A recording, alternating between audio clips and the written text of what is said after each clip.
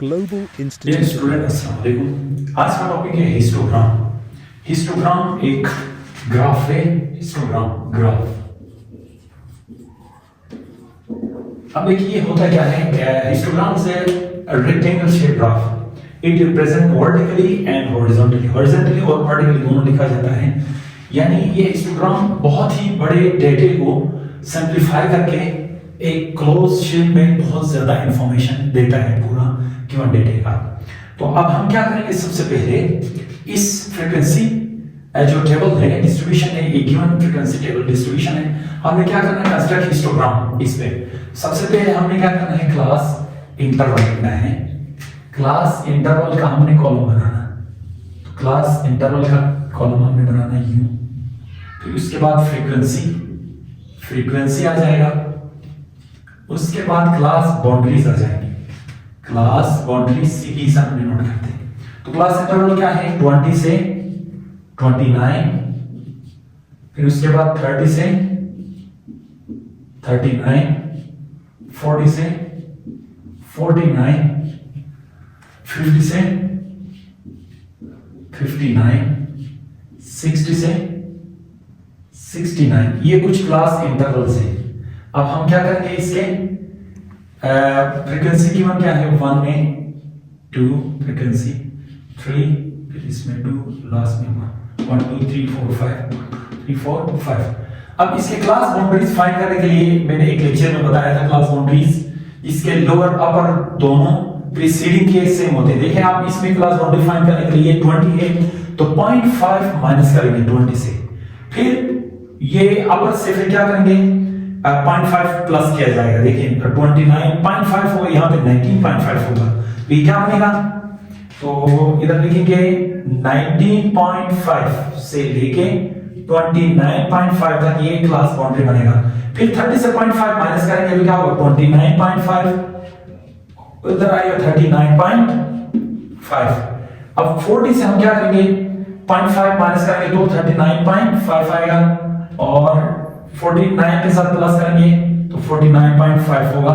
इसी तरह 50 से 0.5 माइनस करेंगे तो 49.5 होगा, और इधर से 59.5 आ जाएगा, और ये 60 से 59.5 होगा, और 69.5 होगा। तो ये हमारे पास क्या बना, क्लास बाउंड्रीज बनी। क्योंकि फ्रीक्वेंसी डिस्ट्रीब्यूशन के टेबल में क्लास बाउंड्री एक्स्ट्रा हमें बनाना पड़ता है, वो इसलिए क्योंकि हिस्टोग्राम ग्राफ में हमें क्लास बाउंड्रीज ड्रॉ करना मस्ट होता है। तो इसलिए हम सबसे पहले क्या करेंगे, यहाँ पे फ्रीक्वेंसी को वर्टिकल फॉर्म में हमने ड्रॉ करना है, और यहाँ पे जो क्लास बाउंड्रीज हैं हॉरिजॉन्टली ड्रॉ करते हैं। आप जानते हैं दोनों को इंटरसेक्शन में 0 होता है।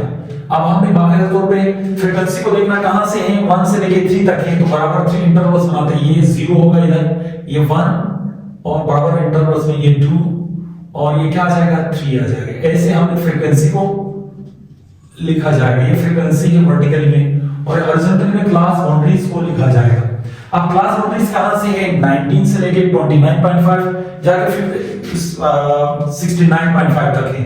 तो हमने क्या करेंगे, इधर से 0 से 19.5 आएगा, फिर 19.5 से 29.5 आएगा, 29.5, फिर 39.5, इंटरवल सेम करते हैं यानी गैप, फिर 49.5 होगा, फिर 59.5 होगा, फिर यहाँ पे 69.5 होगा। क्लास बाउंड्री से रहेगा। आप देखें क्लास बाउंड्री में सबसे पहले हमें क्या करना है, 0 से लेके, यानी इसमें देखिए ये क्लास बाउंड्री फ्रीक्वेंसी कहां तक जा रहा है, तो फ्रीक्वेंसी जा रहा है वो हमें लिखना है ऐसे 1 तक है फ्रीक्वेंसी, इसका क्या है 1 है, तो हमें क्या करना है, ये 1 यहां तक है 19 तक, इसमें क्या करेंगे यू। अब देखिए मैंने डेफिनेशन में क्या कहा था, रेक्टेंगल शेप में क्या होते हैं, ये ग्राफ होता है। तो रेक्टेंगल शेप का बना या नहीं बना, बिल्कुल बना है। अब देखिए इसके बाद 19 से लेकर 29 के बीच में कितना है, 2 है, तो 2 कहां पे है, यहां तक है, देखो इसके यहां तक है। इसको हम क्या करेंगे, सीधा स्केल यूज करेंगे तो और भी खूबसूरत बनेगा ये ग्राफ। तो इसी तरह हमें क्या करना है, इसको खूबसूरत बनाना इस तरह के शेप में, ये आपका ग्राफ बन जाएगा हिस्टोग्राम ग्राफ। अब 29 और 39 के बीच में कितना गया, फिर 3 है, तो हमने 3 बनाने के लिए यहां से और यहां से मैच करवाना, ये मिलाया हमने यूं, और इधर से यूं आ जाएगा, ये 3 आ जाएगा। इसी तरह हम आगे बढ़ते हैं, 2 के बाद 3 है, तो अब इसके बाद 50 और 59 के बीच में या हमने बाउंड्रीज में देखना है, ये क्या होगा, ये इसके बाद 2 पे आ जाएगा, तो 2 यहां पे है, ये देखिए ये 2 आ जाएगा,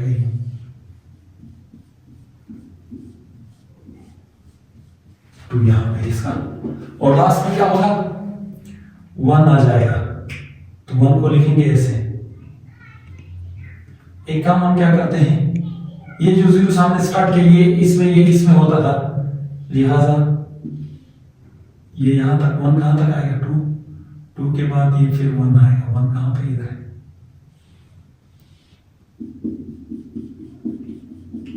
क्योंकि ये ग्राफ ये 0 से 19 तक यहां। अब देखिए यहां से 0 से 19.5, 29.5, 39.5, 49.5, 59.5, 59.5 तक 1 है, तो पहले इंटरवल में ये 1 तक, फिर दूसरा, अब देखिए इसका ये हिस्टोग्राम, ये तीसरा, इसका 3 फ्रीक्वेंसी है, और ये चौथा, और ये 5वां लास्ट यहां तक, तो ये क्या बनेगा, हिस्टोग्राम ग्राफ बनेगा। तो आप क्या करेंगे, जब भी आप वर्टिकली बनाएंगे फ्रीक्वेंसी को, तो हिस्टोग्राम बनेगा, हॉरिजॉन्टल बनाएंगे तो क्या होता है, इसको हॉरिजॉन्टली जब बनाएंगे फ्रीक्वेंसी को ऐसे लिखा जाएगा, यूं फ्रीक्वेंसी को ऐसे लिखा जाएगा, और क्लास इंटरवल को ऐसा लिखा जाएगा। जैसे फ्रीक्वेंसी इधर क्या है, 0 से 1 है, ये 2 है, ये 3 है, और ये 0 आएगा, 3 तक है। तो अब देखें यहां से 0. ये क्या है, 19.5 आएगा, 19.5, ये 29.5, 39.5, 49.5, और ये 59.5। ये हॉरिजॉन्टल जब बनाएंगे तो इस तरह होगा। तो देखें इसका ग्राफ में क्या होगा, 0 से लेके ये 19 में कितना है, 1 है, तो आपने क्या करना है, यूं ऐसे इस ग्राफ को ऐसे लिखेंगे, यूं इस तरह ग्राफ इसका बनाएंगे ये। फिर इसका दूसरा क्या होगा, 29 पे 2 है, तो 2 कहां तक है, इधर से इधर तक आपने मिलाना, यूं यहां पे, इसको ऐसे मिलाया जाएगा, यूं 2 तक आ गए। इसी तरह 39 पे कितना है, 3 है, तो 3 कहां पे है, यूं और यूं ऐसा मिलाया जाएगा, यूं इधर से, तो इसको, और उसके बाद क्या है, 2 है, तो 2 कहां पे मिलता है, इधर मिलता है, 2।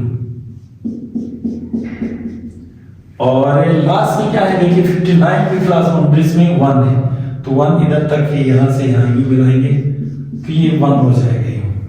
तो देखिए इसमें हिस्टोग्राम में जो ग्राफ है, इसमें वर्टिकली फ्रीक्वेंसी लिखा जाता है एक, और दूसरा सेकंड वाला मेथड में फ्रीक्वेंसी को क्या किया जाता है, हॉरिजॉन्टली भी लिखा जाता है। तो आपको अगर क्वेश्चन इस तरह देते कि हिस्टोग्राम को हॉरिजॉन्टली आप ड्रॉ करके इस फ्रीक्वेंसी डिस्ट्रीब्यूशन से करें, तो आप ये करेंगे, और वर्टिकली करेंगे तो ये करेंगे। अगर दोनों आपसे नहीं पूछा गए तो आप वर्टिकली करेंगे, इस तरह करेंगे, तो बहुत ही मौजूद होगा आप लोगों के लिए। तो ये कुछ आपके लिए हिस्टोग्राम ग्राफ के हवाले से और उसके कुछ एग्जांपल क्वेश्चन था। Thank you very much.